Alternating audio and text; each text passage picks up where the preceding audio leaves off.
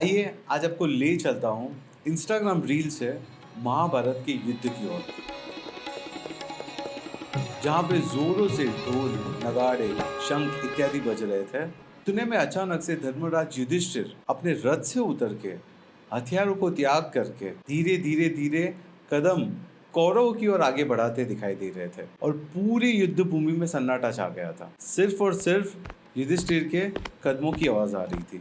सहदेव, अर्जुन, नकुल तो ये सोच रहे थे कि धर्मराज युधिष्ठिर कर क्या रहा है। जहाँ युद्ध शुरू होने वाला है वहां पे हथियार सब रख कर कौरवों की ओर आगे बढ़ रहा है। युधिष्ठिर फिर भी कौरवों की ओर चलते गया और सबसे पहले भीष्म पितामह के पैर छूता है और उसे आज्ञा लेता है युद्ध शुरू करने। बाजू में खड़े द्रोणाचार्य, कृपाचार्य, जितने भी पुरखे थे, जितने भी ज्ञानी महात्मा थे, उनके पैर छूता है और सब ने युधिष्ठिर को विजयी भव का आशीर्वाद दिया। इसी क्षण कृष्णा ने अर्जुन की ओर इशारा किया और ये कहा कि युद्ध तो आप ऑलरेडी जीत गए हो, अब तो सिर्फ औपचारिकता बाकी है। आप शायद ये जानते नहीं होंगे कि युधिष्ठिर एक बहुत बड़ा एस्ट्रोनॉमर और एक एस्ट्रोलॉजर भी था।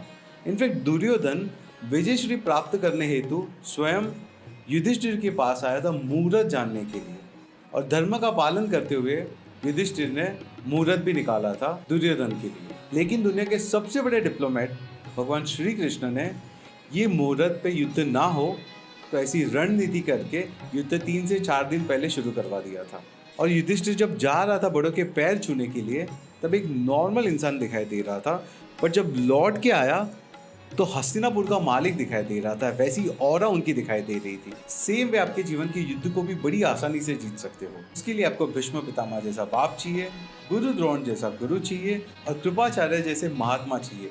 बस ऐसे ज्ञानी कुछ लोग आपके जीवन में मिल जाते हैं और आप किसी भी युद्ध का प्रारंभ होने से पहले उनके आशीर्वाद लेते हो तो उस जीत में आपका विजय श्री सुनिश्चित है।